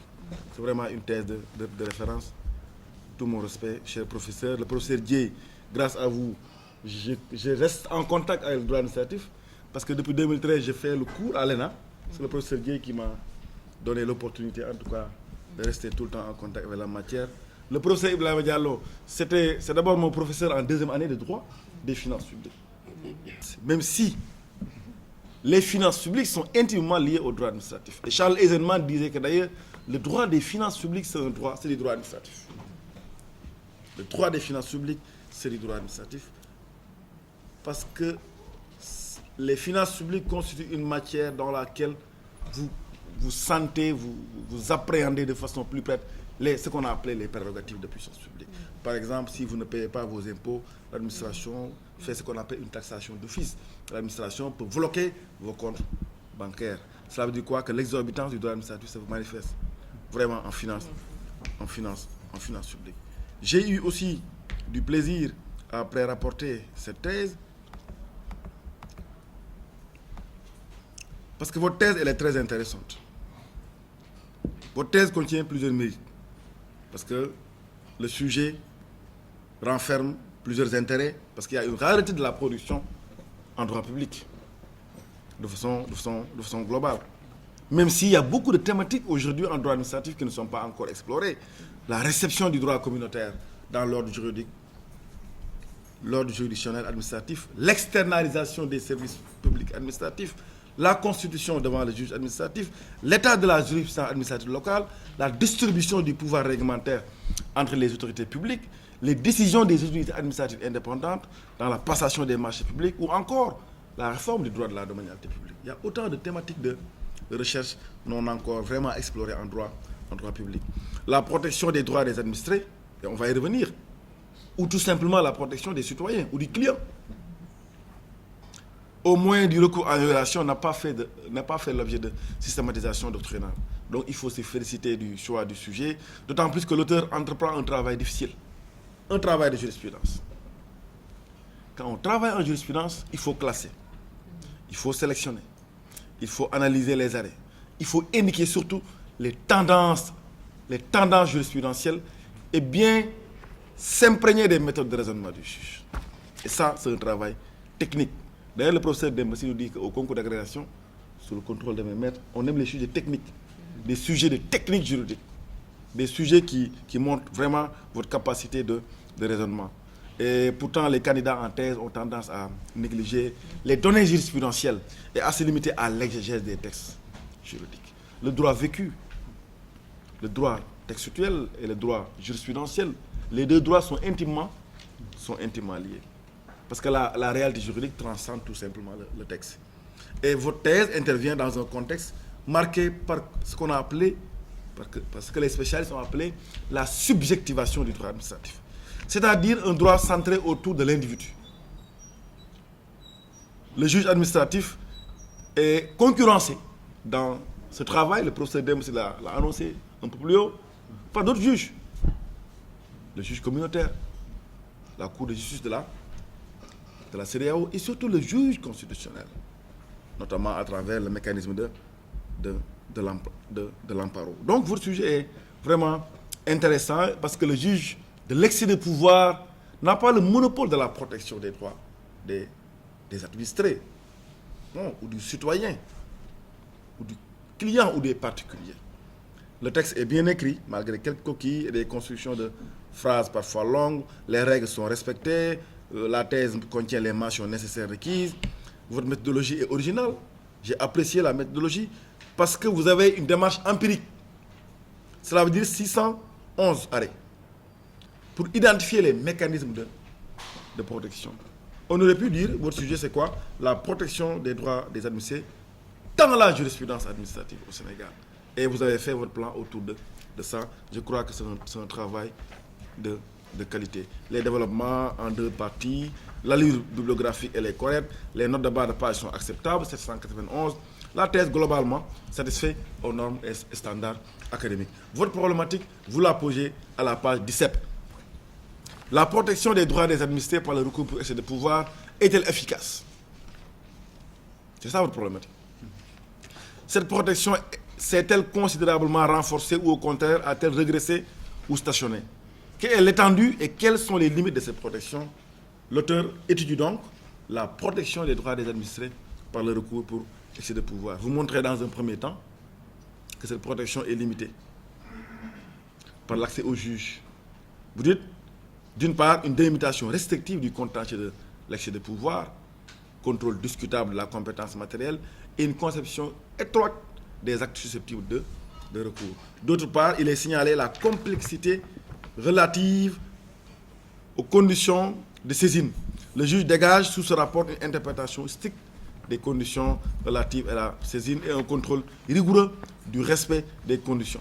Dans un second temps, vous considérez qu'il existe une protection limitée des droits des administrés liée à l'objet des recours. Le professeur vous dit, mais droits des administrés liés à l'objet du recours, ça nous amène à une question qu'on verra plus loin, la classification des droits. Est-ce qu'il y a une catégorie de droits ou de libertés liées à l'objet des recours? Vous dites que les garanties procédurales sont relatives lors de la mise en l'état et l'inadéquation des procédures d'urgence est mise en relief. L'auteur ajoute que le jugement des litiges est tributaire de nombreuses faiblesses en raison des difficultés de l'ancrage du droit à un jugement de qualité et l'effectivité limitée des arrêts rendus lors de leur exécution. J'ai envie de vous demander le recours pour excès de pouvoir a-t-il de l'avenir? Un auteur français, il dit, avons-nous encore besoin du droit administratif? Un autre, il dit, du droit administratif, pourquoi faire? Tel que décrit, on a comme l'impression que le recours pour excès de pouvoir, son avenir est douteux. Mais votre thèse, comme on l'a rappelé, renferme des insuffisances. Je ne reviens pas sur les remarques qui ont été déjà faites par les collègues, mais sur l'introduction. Votre introduction, je crois qu'il y a quelques lacunes. D'abord, les définitions. Monsieur le Président, avec votre permission, j'aimerais bien discuter avec le candidat. Droit des administrés. D'abord, pourquoi dans l'intitulé administré? Vous pouvez répondre, hein? On peut discuter. Oui. Pourquoi, vous dites, dans le libellé du sujet, vous dites droit des administrés et pourquoi pas droit des citoyens?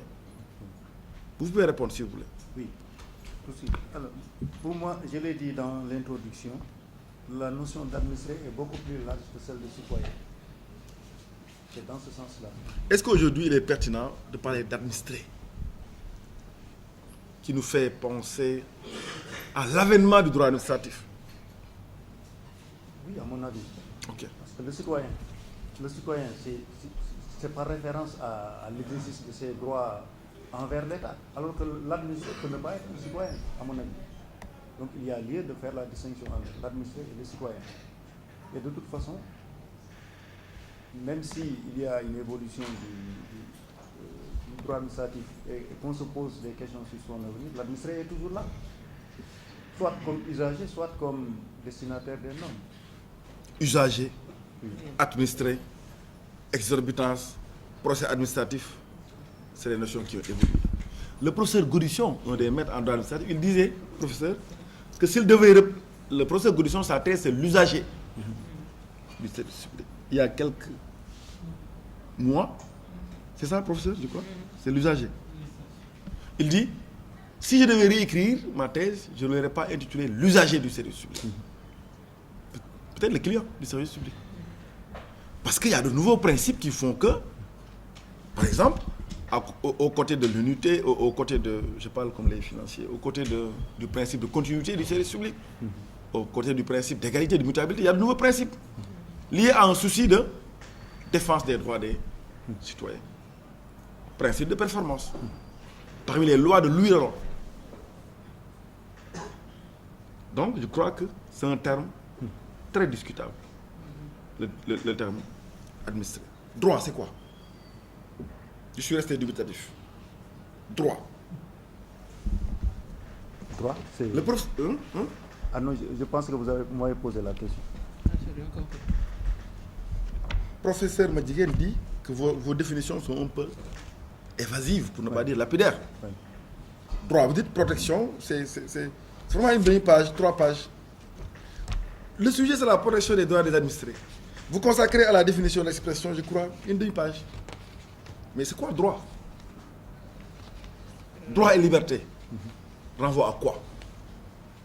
À des prérogatives que l'on accorde aux citoyens et aux administrés. Dans ce sens-là, pris dans ce sens-là.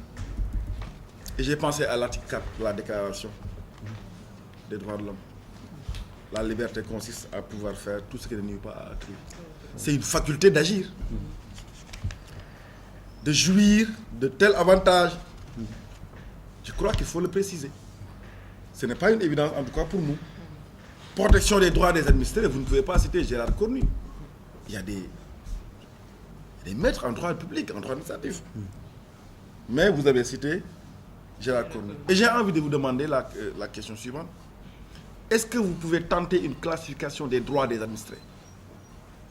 Oui, mais il y a plusieurs classifications. Mais il y a la classification la plus simple et la plus connue, c'est les droits politiques, la distinction entre les droits politiques, économiques et sociaux et les droits culturels.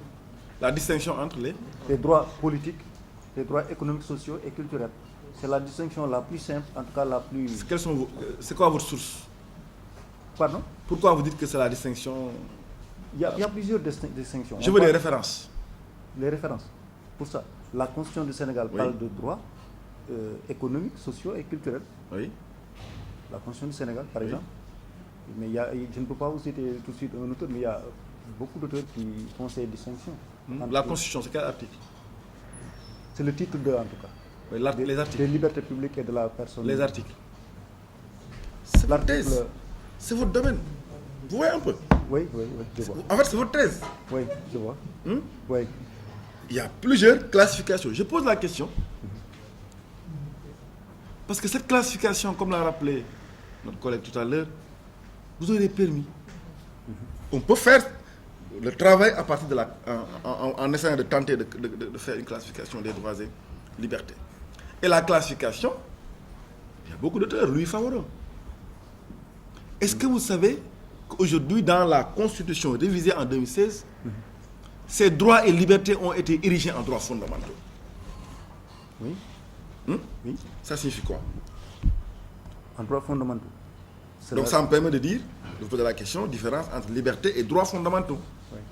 En fait, les droits fondamentaux, ce sont les droits qui sont consacrés par la Constitution et en tant que tels, on bénéficie d'un rang et d'une garantie supérieure. Droits consacrés par la Constitution. Et qui bénéficient... Ou un texte communautaire aussi. Oui. Donc un texte supra-législatif. Oui. Pardon? Un texte supra-législatif. Oui. Oui. Mais c'est quoi la conséquence? En 2016, dans la loi 2016 du 5 avril 2006 pour dans la Constitution, ce qu'on a qualifié de droits et libertés, on les a érigés en droits fondamentaux. Vous partez de ça.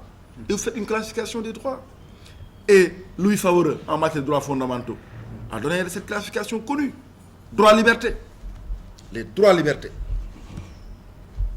On appelle les droits de. Droits de la première génération. Droits classiques. Droits défensifs selon Jelinek, l'allemand.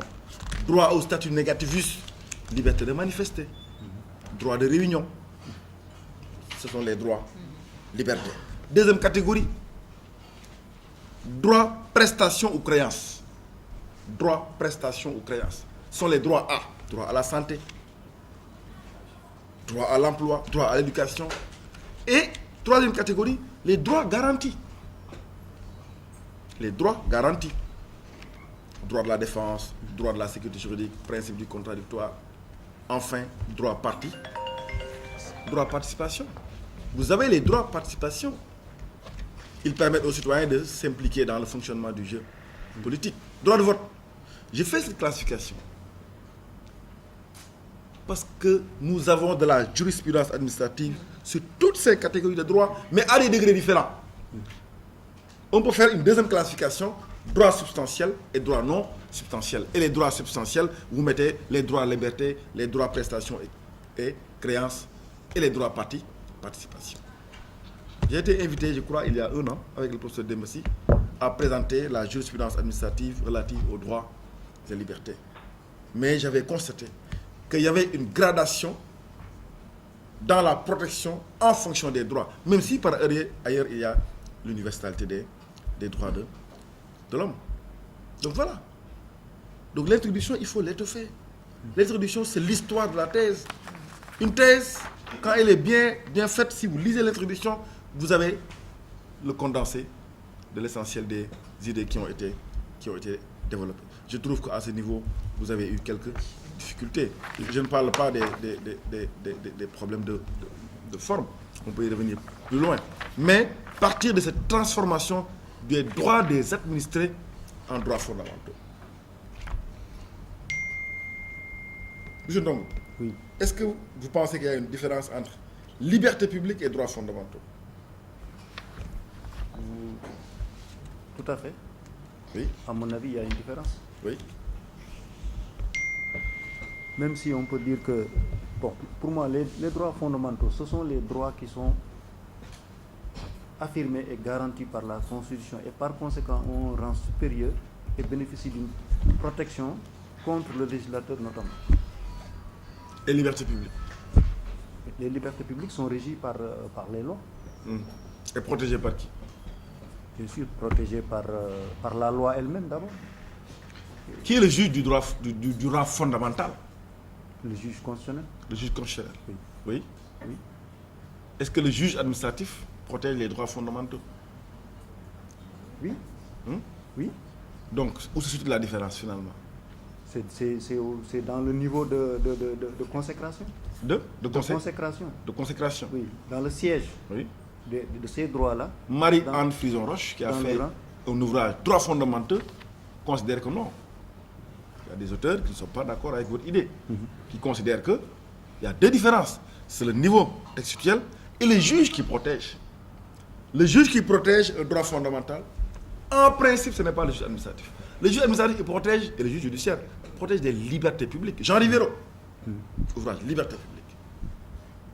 Mais le juge du droit fondamental, c'est le juge constitutionnel.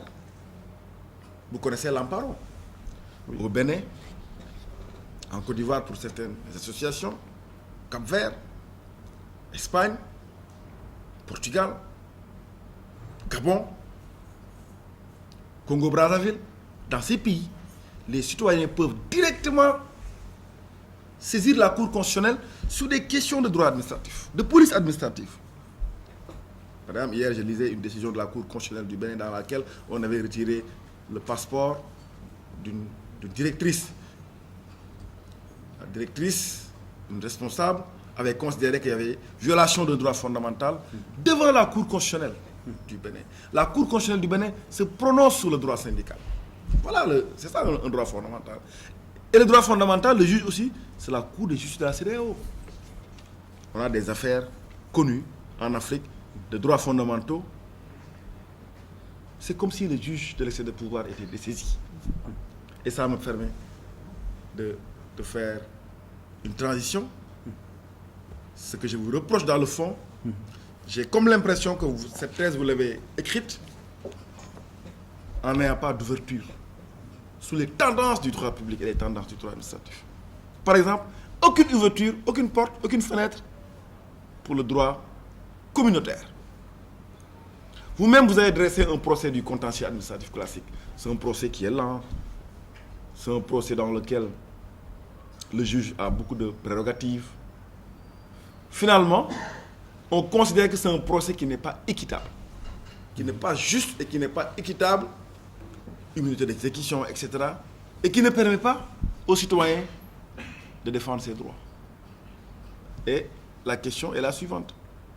Est-ce qu'aujourd'hui, il y a des évolutions du contentieux administratif liées à la communautarisation du droit? C'est ça ma question, Ndongo.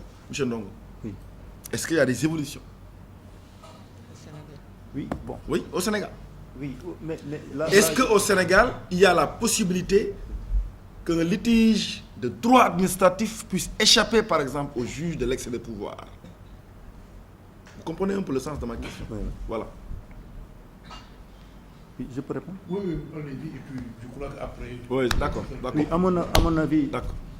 il y a certes une influence du droit communautaire sur le droit national, en particulier sur le droit administratif, surtout dans les pays européens, mais au Sénégal, l'influence existe, mais elle n'a pas cette ampleur. C'est-à-dire que il arrive que, par exemple, une disposition communautaire soit invoquée. Et Il arrive qu'une disposition communautaire soit évoquée, oui. Oui, par exemple, lorsque dans l'affaire Prosper Nguyenar-Nichen, les étudiants ont invoqué la violation du traité de Liémort. Le juge l'a appliqué. Le juge a répondu par rapport à ça. Donc, il peut arriver que le droit communautaire s'invite dans le contentieux administratif. L'arbitrage, ça veut dire quelque chose? L'arbitrage. Oui. Le droit OHADA, acte uniforme sur le droit d'arbitrage, dit que tout litige d'ordre contractuel peut être soumis à une procédure d'arbitrage. Tout litige, tout différent d'ordre contractuel. Et là, je pense au contentieux. Mais c'est sans compter avec la résistance des juges nationaux. Oui, ça c'est les textes, mais dans la réalité... Ça, c'est une autre problématique. Ouais. Mais je dis sur les évolutions. Oui. Vous connaissez l'affaire Crèche en France, par exemple, sur le commissaire du gouvernement. Ça vous dit quelque chose, monsieur? Non, je n'ai pas, pas connaissance. Bon, monsieur le président m'a fait signe que la thèse est tellement intéressante, il y a tellement de choses, mais bon. Oui, c'est pas grave. Je dis toujours, la thèse. Une première qualité de la thèse, c'est d'être discutée. Si une thèse n'est pas discutée, c'est qu'elle... c'est inquiétant. Bon, j'y reviendrai d'ailleurs à la fin. Monsieur Ndongo, merci beaucoup, monsieur le professeur. Monsieur Ndongo, ah oui, vous avez déjà répondu, ça va, c'est bon, il n'y a pas... C'est bon, bien. Merci beaucoup. Nous allons passer la parole à notre collègue, le professeur Abdoulaye Dieye.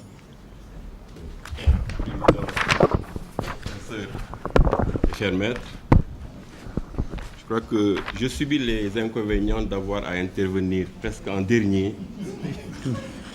Et donc, pour éviter de conserver comme ça inutilement le temps, la parole, je vais simplement faire mienne toutes les observations qui ont été annoncées ici quant à la forme, en bien comme en mal.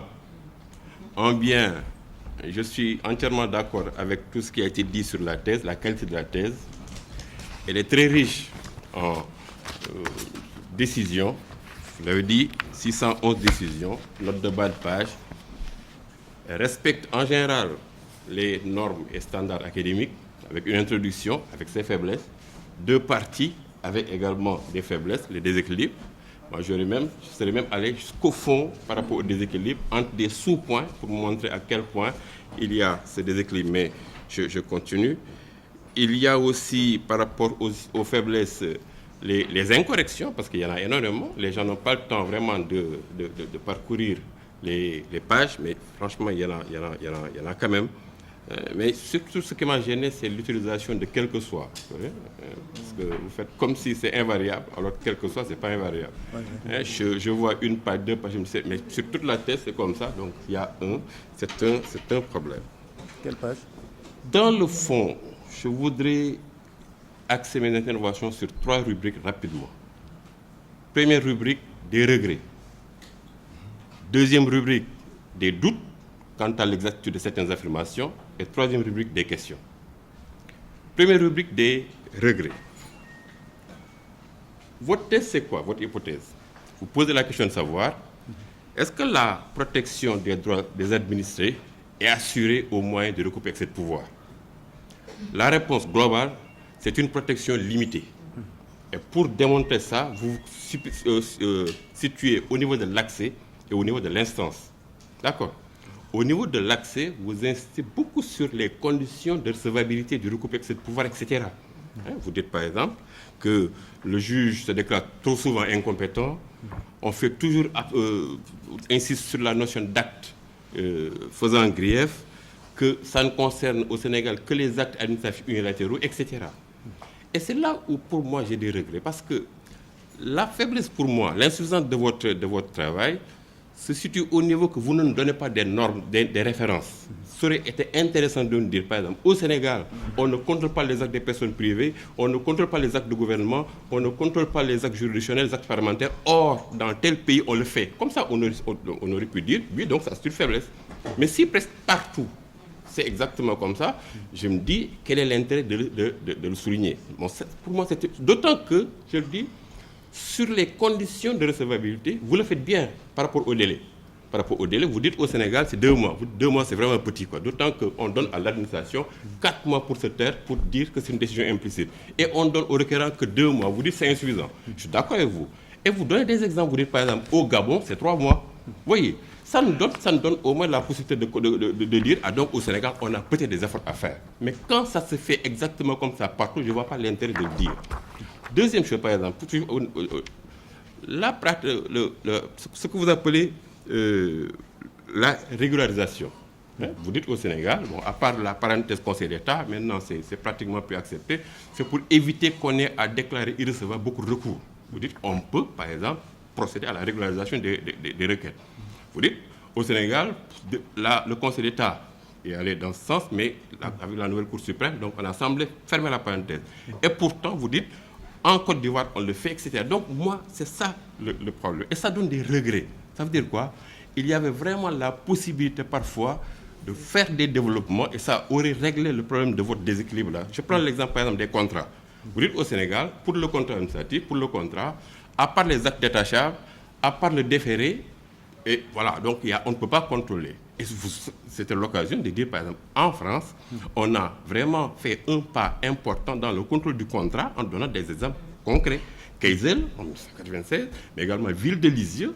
Maintenant, on peut même contrôler un contrat, si ça d'un contrat de recrutement, Keisel, les actes réglementaires, etc.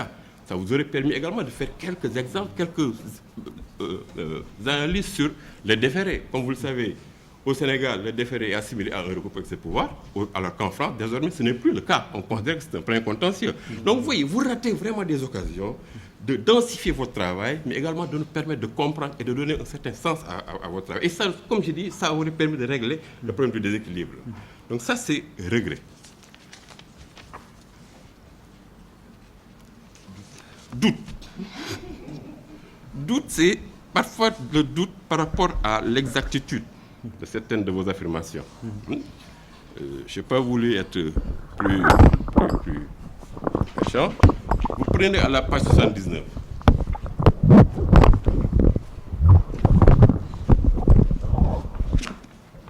La page 79, je crois que c'est 8e ligne. Vous dites, après l'expiration de la période de 4 mois de silence, valant décision implicite de rejet d'un recours administratif, la survenance d'une décision explicite de rejet de ce recours ne fait pas courir un nouveau délai. Je crois que ça, ce n'est pas rigoureusement exact. Parce que quand vous prenez le texte sur la Cour suprême, vous allez à l'article 74.1, alinéa 6, qui dit très bien, la décision explicite de rejet intervenue postérieurement à l'expiration de la période de 4 mois prévue aux alinéas précédents fait courir un nouveau délai de 2 mois. Donc je crois qu'il y a peut-être des choses, au moins des choses à nous expliquer, parce que pour moi, ce n'est pas vraiment exact. J'aurais également pris l'exemple de, s'il y en a d'autres, l'exemple des actes de gouvernement. Vous semblez dire que l'affaire Pape Diouf de 1986 n'est bon.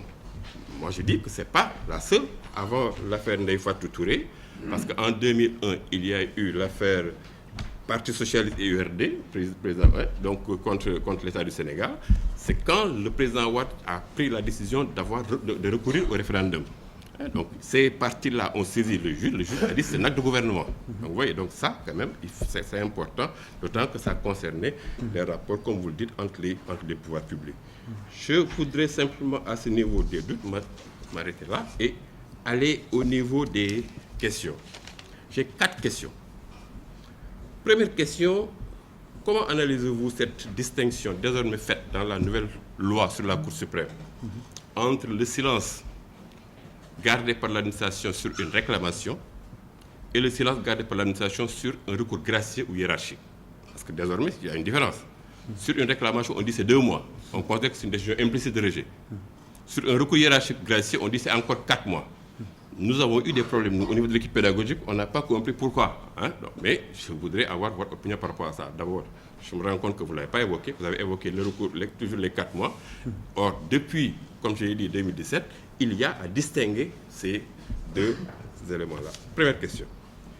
Deuxième question, je ne vois pas ce qui vous gêne dans le régime du retrait et de l'abrogation. Vous dites, à la page 200, le régime de la sortie de vigueur des actes administratifs, en laissant la fin de ces actes à la discrétion de l'administration, ne protège pas suffisamment les droits des administrés. Je me dis quand même que, moi je veux simplement savoir ce qui vous gêne. Parce que je sache, l'administration n'a pas le droit, n'a pas la possibilité de retirer n'importe quoi, n'importe quand et n'importe comment. Or, c'est la fin des actes administratifs par la volonté de l'administration. Maintenant, je ne sais pas ce qui vous gêne au point que vous dites que le fait d'avoir laissé à la discrétion, ça ne protège pas. Encore une fois, il n'y a pas que ça comme fin des actes administratifs. Troisième question, comment vous expliquez, et tout à l'heure on l'a abordé, comment vous expliquez le fait que le législateur de 2008 ait remis en cause pratiquement cette tendance à la libéralisation du recours de pouvoir, avec l'assouplissement que vous-même vous avez mentionné dans votre thèse, des conditions de recevabilité des recours, avec le rejet de la régularisation, mais également des conditions même du sursis. Vous avez insisté sur le fait qu'on est passé de difficilement réparable, etc. Donc, vous voyez, c'est important.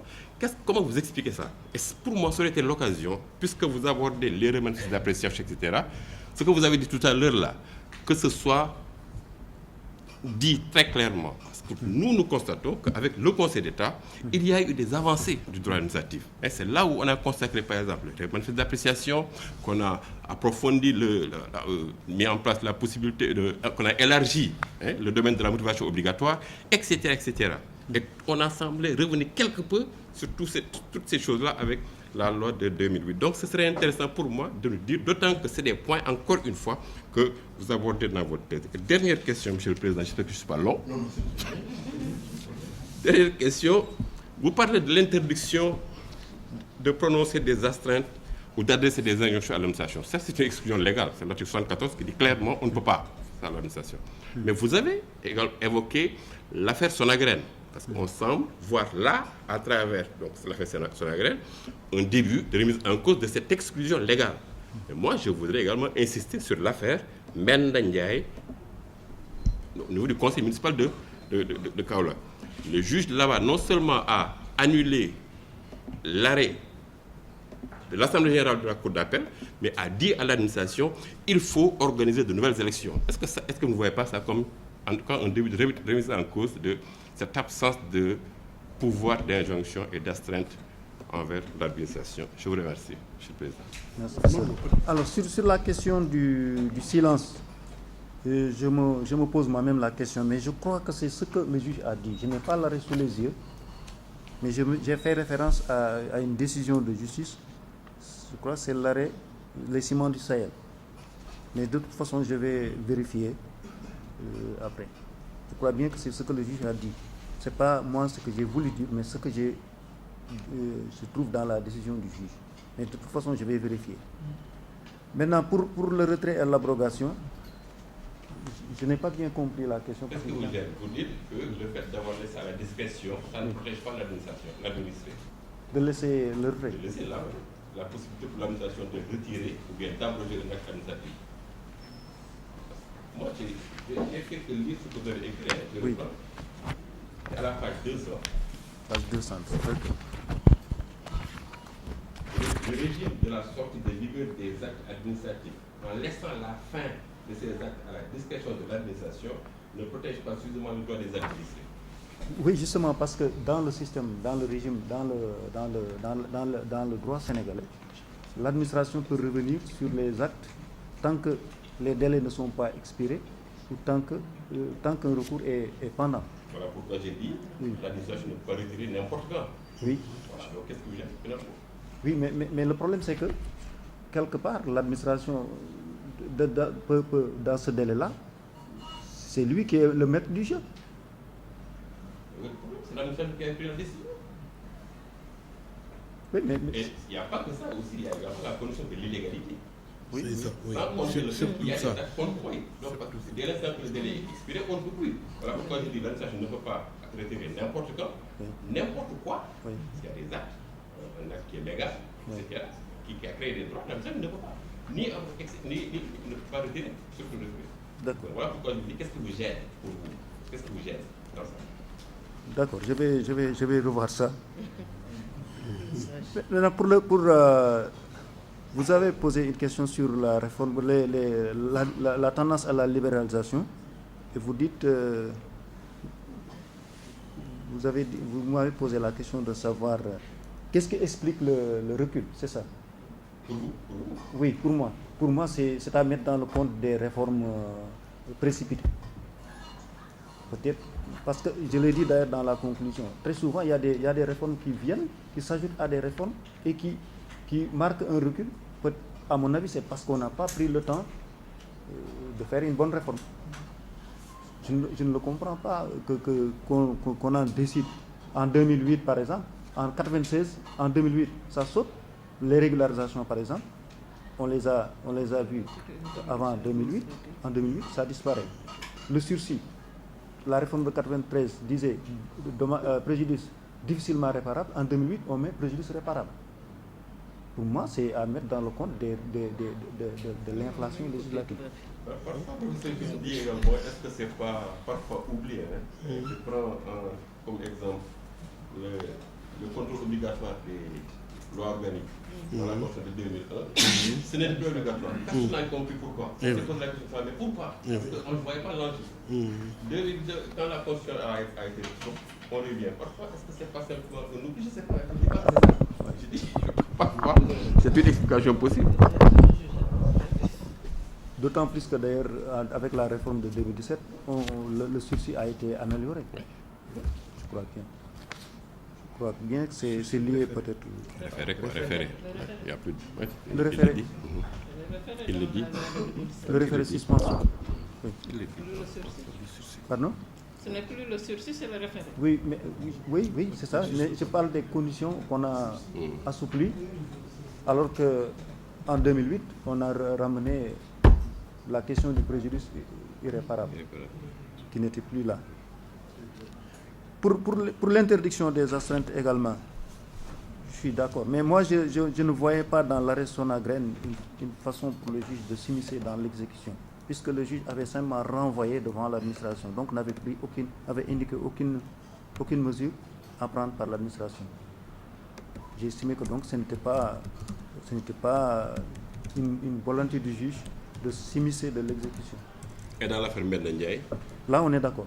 Mais là aussi, je crois que, à mon avis, à mon humble avis, il s'agit simplement d'un accident de jurisprudence. Pour moi, le juge, rien ne me dit que le juge va prendre le contre-pied de la loi. En tout cas, dans l'esprit, je ne suis pas là pour trahir un secret, mais j'imaginerais mal que le juge prenne le contre-pied de la loi qui interdit des injonctions à l'administration. J'attendais un plaidoyer pour une meilleure protection des administrés, comme ça a été fait en France, puisque nous avons l'habitude de suivre la France quand ça, entre guillemets, ça nous arrange. Ça aurait été l'occasion de faire un plaidoyer pour dire mais pourquoi ne pas supprimer comme c'est fait, avec beaucoup de jurisprudence. Et c'est très intéressant pour les administrés. Au lieu simplement de dire qu'il y a une exclusion légale, il y a la 74 du COA qui est interdit, etc. Mais il faut dire le juge a débuté, espérons que, etc. Parce qu'encore une fois, c'est une thèse. Merci, monsieur le professeur. Merci beaucoup.